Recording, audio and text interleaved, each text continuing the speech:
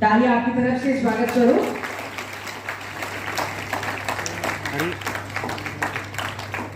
Madam इधर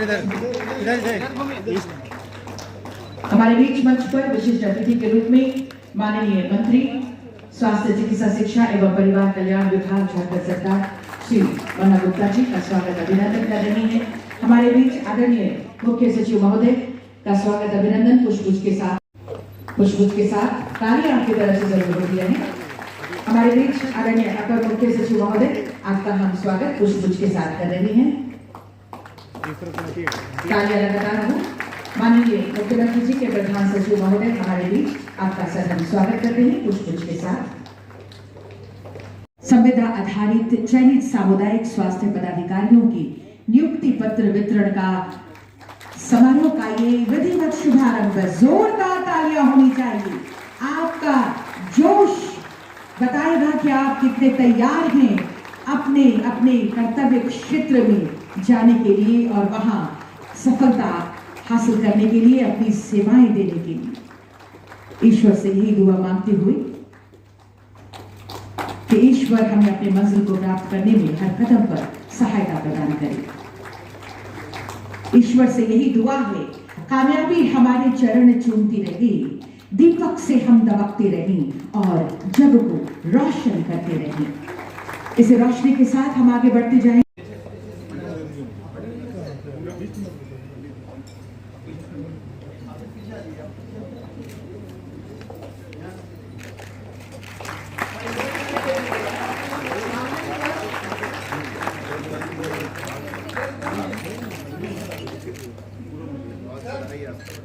doctor Satyanarayan भगत झारखंड आयु क्षेत्र के चयनित सामुदायिक स्वास्थ्य पदाधिकारी, तालियां होती रही।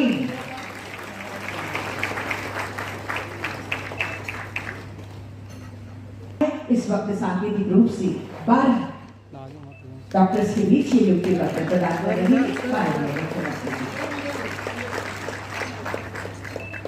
प्रिया कुमारी जी, डॉक्टर कंचन कुमारी,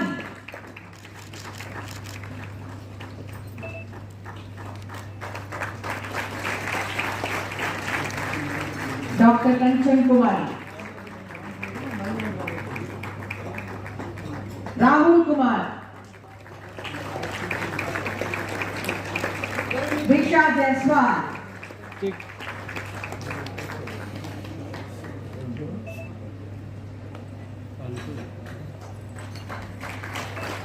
निशा जायसवाल, डॉक्टर निशा जायसवाल को ये नियुक्ति पत्र प्रदान कर रहे हैं माननीय मुख्यमंत्री जी।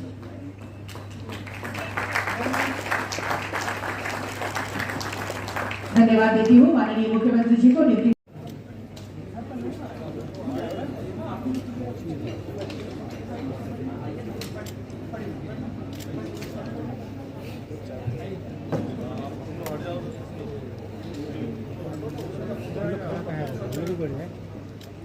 आप लोग सर आप लोग बैठ जाए पीछे से खड़ा हो गए।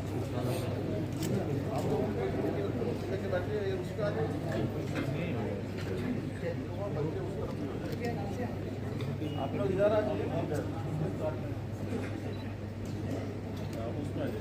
बैठिए खड़े मत रहिए, पीछे थोड़ा सा पीछे ही खाली करके दे दो, किसी और को मिल जाएगा,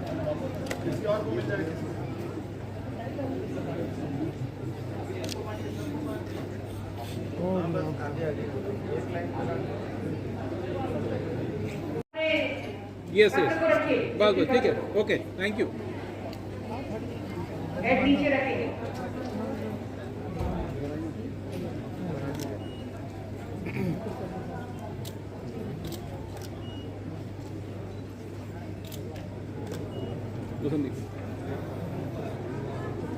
एक थोड़ा साइड में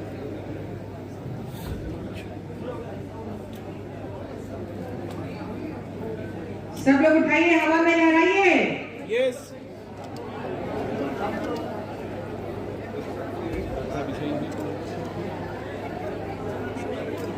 बिल्कुल ये खुशियां जाहिर करने का मौका आप सबके लिए। अपने अपने नियुक्ति पत्र को हवा में लहराकर दिखाइए माननीय मुख्यमंत्री जी को, माननीय मंत्री महोदय, सभी अधिकारियों को।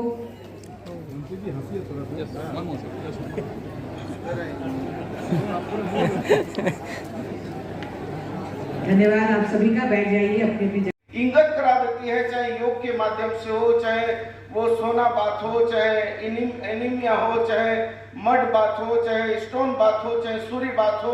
बहुत तरीके से आयुष एक विशाल है। और आयुष की यदि बात करेंगे तो जब बजरंगबली को लक्ष्मण जी को शक्ति बाण लगा था तो बजरंगबली जी ने पहाड़ उठाकर लाकर दे दिया था। तो आयुष तो चाहे भगवान बिरसा की बात करेंगे तो भगवान बिरसा भी जो है आयुष पद्धति से ही मैं कहूंगा कि इलाज करते थे।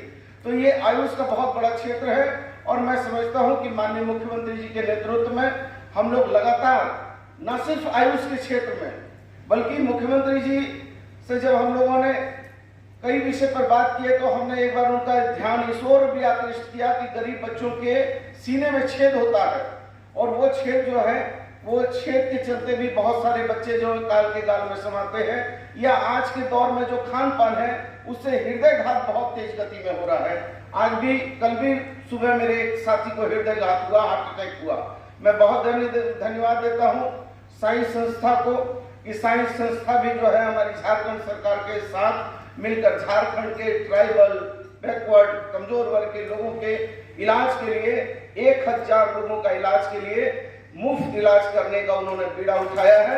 मैं माननीय मुख्यमंत्री जी की तरफ से उनको भी बहुत साधुवाद और धन्यवाद देता हूँ और आशा उम्मीद करता हूँ कि आप लोग जब जाएं, आप जितने हमारे CHO हैं वो जब जाएं हमारे हेल्थ और वेलनेस सेंटर में तो वहाँ के गरीब ग्रामीणों को लगे कि उसके परिवार के लोग आ गए हैं। आपका व्यवहार विचार इतना बेहतर और सुंदर हो कि जिस आशा विश्वास के साथ मुख्यमंत्री जी अपने कर कमलों से नियुक्ति पत्र बांट रहे हैं उसी खुशी के साथ मुख्यमंत्री जी आपको आगे चल के प्रशस्ति पत्र बांटे और आपको जो है हम लोग यही तक नहीं रुकने वाले हैं। हम लोग इसको आगे चल के आपको अभी हमारे नवनियुक्त चिकित्सक हैं, हम लोगों ने अपनी सैया बहनों के लिए भी ग्रेड का निर्धारण किया है कि किसको गोल्डन देना है, किसको ब्रॉन्ज देना है, किसको सिल्वर देना है और हम उसकी ग्रेडिंग कर रहे हैं ताकि उसको बेहतर हम कैसे कर सकें। और जब कभी भी मैं केंद्रीय स्वास्थ्य मंत्री जी से बात करता हूं तो मेरा पहला बात होता है कि हमारी सैया बहनों का मानदेय कब बढ़ा रहे हैं। तो हम आपको इंसेंटिव देने पे भी विचार कर रहे हैं, हम आपको प्रोत्साहित करने पे भी विचार कर रहे हैं, लेकिन हम इस बात से आप लोगों से आश्वासन भी लेना चाहते हैं कि जब आप जाइए हेल्थ और वेलनेस सेंटर में तो लोग ये कहें कि मुख्यमंत्री जी ने अपना दूत भेजा है। मुख्यमंत्री जी ने, चूंकि चिकित्सकों को देवदूत कहा जाता है, तो देवदूत भेजा है और आपके द्वारा उस इलाके का कल्याण हो, यही आशा विश्वास के साथ आपके उज्जवल भविष्य की कामना करता हूँ। बहुत बहुत बधाई, जोहार, प्रणाम, सलाम। इस संदर्भ में आपके बीच में रखी जा चुकी है। आज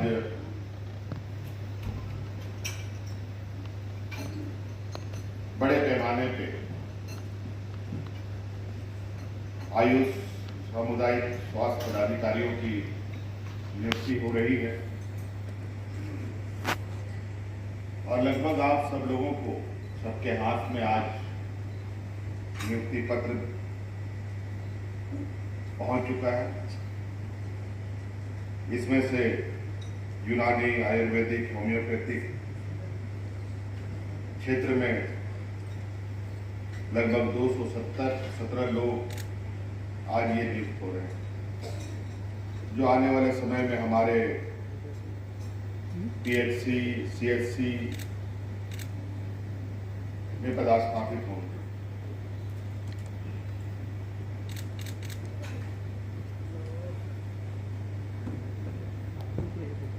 यूनानी, आयुर्वेदिक, होम्योपैथिक चिकित्सा पद्धति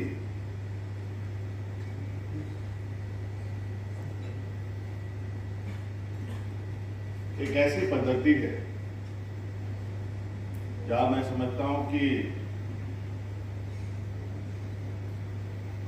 कि आज जो तकनीकी चिकित्सा है, जब इसकी परिकल्पना भी नहीं हुई होगी, उस समय से ये पद्धति चली आ रही और उस समय का भी जो अपना तकनीक रहा है, मुझे लगता है आज के दिन के बड़े बड़े डॉक्टरों के लिए भी एक बहुत बड़ी चुनौती है।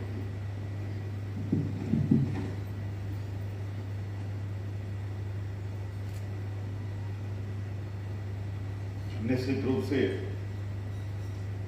आज ये एक इस राज्य के लिए स्वास्थ्य के क्षेत्र में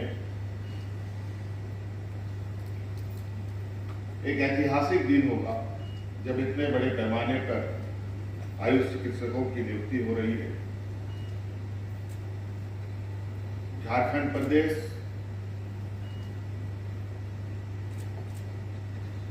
एक ऐसा प्रदेश है जहां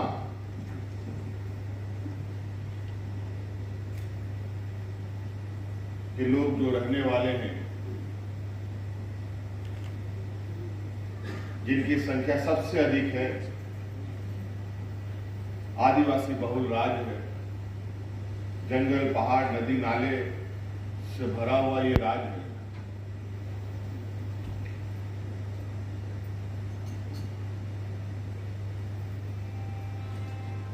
राज्य अलग होने के बाद थोड़ा सा इस राज्य में शहरीकरण का एक चेहरा हमें दिखने को मिल रहा है।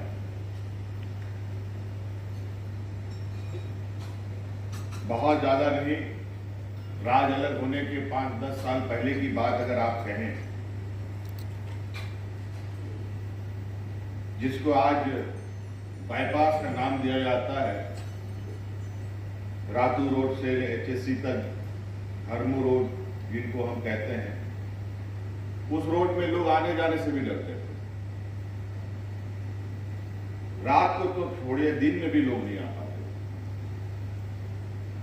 इतना सन्नाटा, इतना वीरान, जंगल झाड़ से भरा हुआ, और यहां के लोग आमतौर पर प्रकृति के साथ ज्यादा इनका जुड़ाव रहा है और प्राकृतिक व्यवस्था के साथ ही इनका पालन होता रहा, उसी के साथ बढ़े। और इस बीच कभी भी उनके स्वास्थ्य में कुछ दिक्कतें हुई तो हम सब जानते हैं, ये लोग अपनी प्राकृतिक व्यवस्थाओं के माध्यम से ही अपनी इलाज करते रहे। छोटी मोटी बीमारी तो कर ही लेते थे, बल्कि हाथ पैर भी टूट जाए तो भी आयुर्वेदिक व्यवस्था से ही अपने आप को ठीक कर लेते थे। तो आप अंदाजा लगा सकते हैं कि उसमें कितनी बड़ी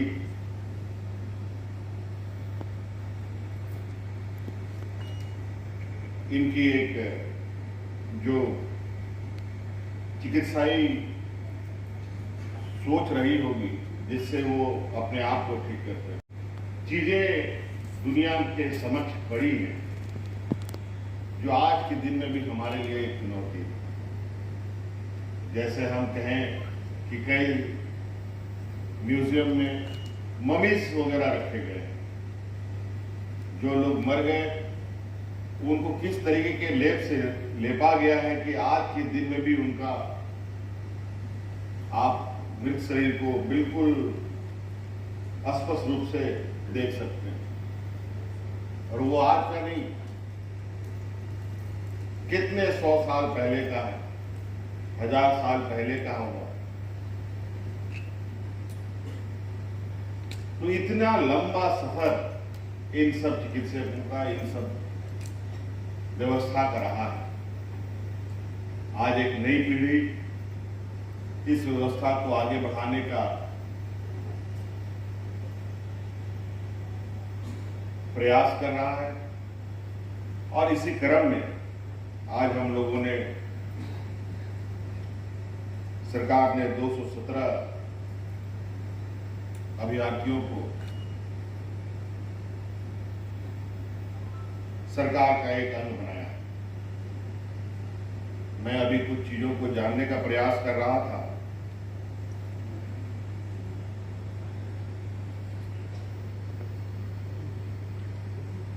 और इस बार इस स्वास्थ्य व्यवस्था को लेकर हमारी लगातार चिंताएं बनी रहती हैं। काफी तकलीफ दे खबरें भी स्वास्थ्य को लेकर के विभिन्न सुदूर ग्रामीण क्षेत्रों से सुनने को मिलता है। मुझे लगता है आज की इस नियुक्ति से उन समस्याओं पे भी हमें उसका समाधान निकालने में सहायक होगा।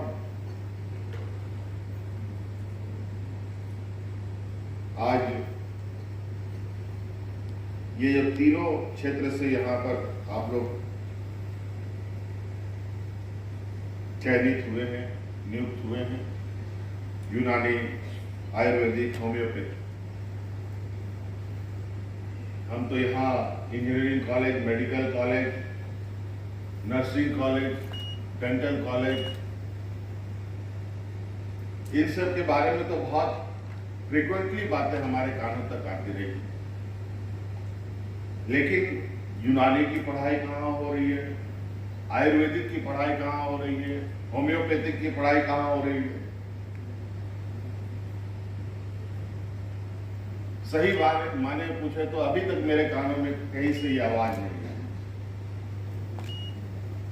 अभी बैठे बैठे इसी विषय पर मैं मुख्य सचिव से चर्चा कर रहा था और आज मुझे काफी खुशी हो रही है कि आज आप लोग इतने बड़े पैमाने पर सरकार का अंग बनने के लिए तैयार हुए हैं। आज सरकार स्वास्थ्य को लेकर जिस तरीके से अपना सर खपाती रहती है, फिर भी समाधान नहीं निकलता। मैं चाहूंगा कि आप सब लोग सरकार का अंग ही नहीं बल्कि एक ऐसी व्यवस्था के साथ जुड़ने जा रहे हैं जहां आपके माध्यम से सरकार के लिए जो स्वास्थ्य के क्षेत्र में चुनौती बनी रहती है, उस चुनौती को आपको स्वीकार करना है। आज सरकार ने इस विषय पर कई तरीके के इंसेंटिव देने का भी निर्णय लिया है। आप अपने जिस क्षेत्र में हो उस क्षेत्र में आप बेहतर कार्य करेंगे तो जो आपको सैलरी के रूप में सरकार ने सुनिश्चित किया है, उसके अलावा 15,000 रुपये और एक्स्ट्रा भी देने का निर्णय सरकार ने बनाया। हर महीना आप हर महीना का बेहतर करेंगे तो हर महीना 15,000 रुपये आपको एक्स्ट्रा मिलेंगे। बल्कि आप अगर पूरा साल अगर आप बेहतर करेंगे तो उसमें जो भी इंसेंटिव आपको मिलेगा मैं उसको एक बार फिर से रिविजिट करूंगा और क्या बेहतर आपको दिया जा सकेगा। और मैं आपको ये भी आश्वस्त दिलाना चाहता हूं, आज इस आयुष के नियुक्ति के शुभ अवसर पर, आयुष चिकित्सकों के शुभ अवसर पर मैं पहली बार आप लोग इतने बड़े समूह के साथ बैठा हूं। आप लोगों की आने वाली पीढ़ी के लिए इस क्षेत्र में इसके शिक्षा के लिए भी एक नई शुरुआत हम करेंगे, जहां हम यूनानी, आयुर्वेदिक, होम्योपैथिक की पढ़ाई सरकार के द्वारा कराई जा सके। हमारे राज्य में बहुत पिछड़ापन है, गरीबी, और हमें पता है हमारे यहाँ के बच्चे किस तरीके से अपनी शिक्षा ग्रहण करते हैं। अपनी भविष्य को चिंता करते हुए कि शायद मैं कुछ जमीन बेच दूं, घर गिरवी रख दूं और पढ़ लूं तो मुझे भविष्य में नौकरी मिलेगा। आज आपने देखा कितना बड़ा दर्दनाक घटना घटा। यूक्रेन में इतने बड़े पैमाने पे भारत से बच्चे गए थे पढ़ने के लिए। कोई आधा अधूरा पढ़ा, कोई एडमिशन लिया, कोई फाइनल करने जा रहा था। ऐसा वहां संकट आया कि उनको पढ़ाई छोड़ छाड़ करके भागना पड़ा। बड़े पैमाने पर उनके पेरेंट्स ने कर्ज ले लेकर के उन बच्चों को वहां भेजा। आज स्थिति ये बनी पड़ी है कि वो बच्चे ना इधर के हैं ना उधर, और जो सरकार पेरेंट्स ने जो लोन ले रखे हैं वो तो अपने सर पर बैंक चढ़ करके लेना ही है। और इस विषय पर भारत सरकार कोई निर्णय लेने, लेकिन अभी तक कोई निर्णय नहीं लिया। और इसी प्रकार यहाँ पर भी जो आप लोग शिक्षा ग्रहण करने के लिए कोई पंजाब जाता है, कोई हरियाणा जाता है, कोई बिहार जाता है, कहाँ जाता है, मैं कोशिश करूंगा आने वाले समय में यूनानी, होम्योपैथिक और जो आयुर्वेदिक की पढ़ाई इसी राज्य में हो बेहतर तरीके से। और इसमें आप सब लोग अपनी भी जो सुझाव होंगे वो सुझाव हम तक पहुंचाने का काम करें, ताकि इस दिशा में बेहतर तरीके से हम लोग चीजों को स्थापित कर पाए। आज दो खुशियों का दिन, इतने बड़े पैमाने पर आयुष चिकित्सकों की नियुक्ति, दूसरा हमारे यहाँ हमारे बीच में आए प्रशांति फाउंडेशन के जो गुजरात से हैं मनोज भिमानी। ये फाउंडेशन स्वास्थ्य विभाग के साथ अभी जो एमयू हुआ, ये भी इस पिछड़े राज्य के लिए एक मील का पत्थर साबित हुआ। आज मैं इनको बहुत बहुत साधुवाद देना चाहूंगा